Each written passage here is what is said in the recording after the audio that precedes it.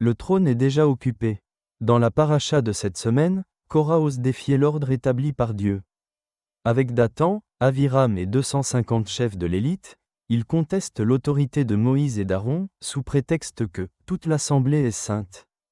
Mais derrière ce discours égalitaire se cache une rébellion contre le choix de Dieu.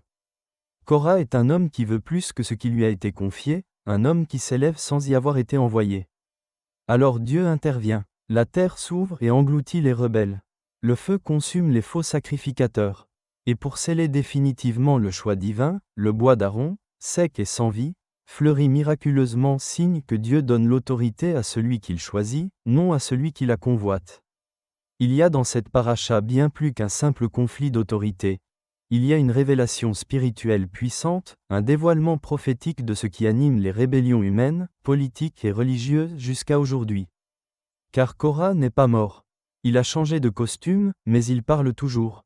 Il siège dans les tours de verre, derrière les pupitres dorés, sous les tabliers sacrés ou les parures d'apparat. Il organise des sommets, il trace des plans de paix, il signe des traités. Mais il ne fléchit pas devant le nom. Il ne se soumet pas au roi du ciel. Il parle d'unité, de fraternité, de progrès, mais c'est pour détrôner celui que Dieu a établi.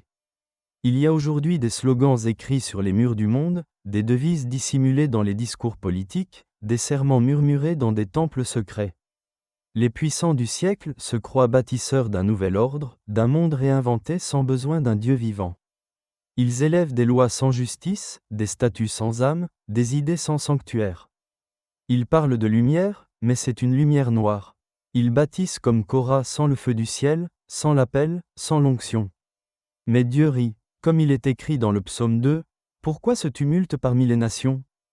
Pourquoi ce complot vain ? Les rois de la terre se dressent, les princes conspirent ensemble contre l'Éternel et contre son Machiar. Mais celui qui siège dans les cieux, rit, le Seigneur se moque d'eux. Car le trône n'est pas vide.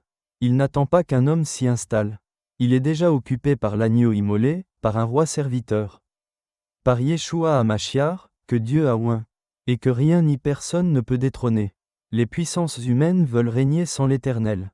Les loges maçonniques prétendent réécrire les fondations du monde. Les élites veulent vivre leur gloire du moment, croyant en la mort dans les pyramides qui ressuscitent. Mais le feu de Dieu ne descend pas sur leurs autels. Il ne répond pas à leurs encensoirs d'ambition.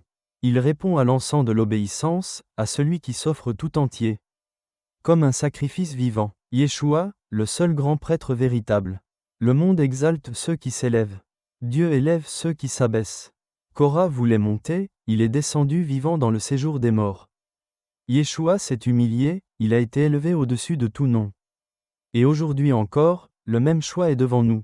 Vouloir le pouvoir, ou être émerveillé par les gens du pouvoir, ou reconnaître le roi des Juifs. S'élever par orgueil, ou s'abaisser pour entrer dans le royaume.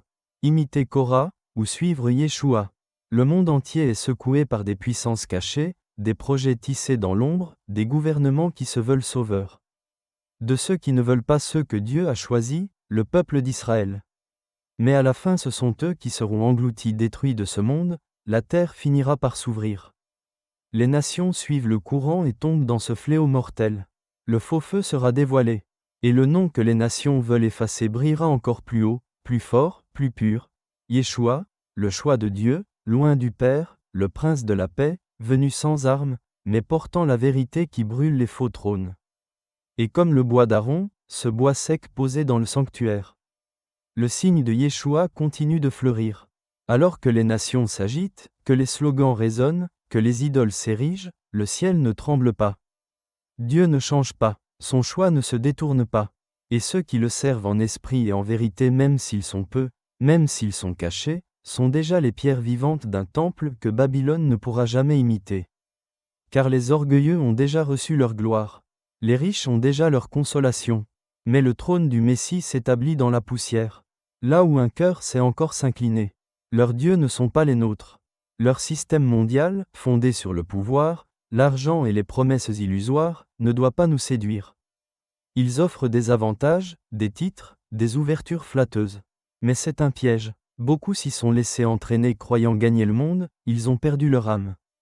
Mais il est encore temps, ceux qui se sont laissés séduire doivent sortir, maintenant. Sortir de Babylone. Revenir au Dieu vivant. Car le trône de l'Éternel n'est pas à vendre. Et son royaume n'est pas de ce monde.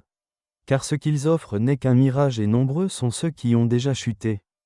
Il y a aussi tous ces grands prédicateurs qui attirent les foules dans leur temple. Mais il faut faire attention car nous sommes entourés de Korah, d'Abiram et de Dathan qui forment de grandes structures invisibles, qui donnent naissance à une multitude de croyances vitrines. Elles fabriquent des temples à échelle humaine, en apparence variée, mais tous issus du même moule. Derrière des façades spirituelles, ce sont les mêmes forces qui œuvrent, les mêmes intérêts qui gouvernent. Beaucoup croient entrer dans la lumière, mais marchent dans un labyrinthe façonné pour mieux les détourner. Ils placent un roi à leur tête, façonné selon leurs dogmes. Ils lui tressent une couronne d'apparence, ajustée à la religion dominante du moment, celle qui flatte la foule et se fait entendre dans les grandes places, celle qui correspond à l'image populaire. À la religion visible, reconnue, tolérée par le monde. Celle qui ne dérange plus, car elle ne sanctifie plus. Il faut discerner ce qui vient de Dieu, et ce qui a été construit pour ressembler à la vérité. Il faut retrouver l'unité autour du seul roi que Dieu ait nommé. Le trône est déjà occupé. Par l'agneau, par le Fils de Dieu. Aucun orgueil ne pourra l'en déloger. Aucun système ne pourra le remplacer. Car Dieu a déjà choisi. Et son choix s'appelle Yeshua. Shabbat Shalom. L. B.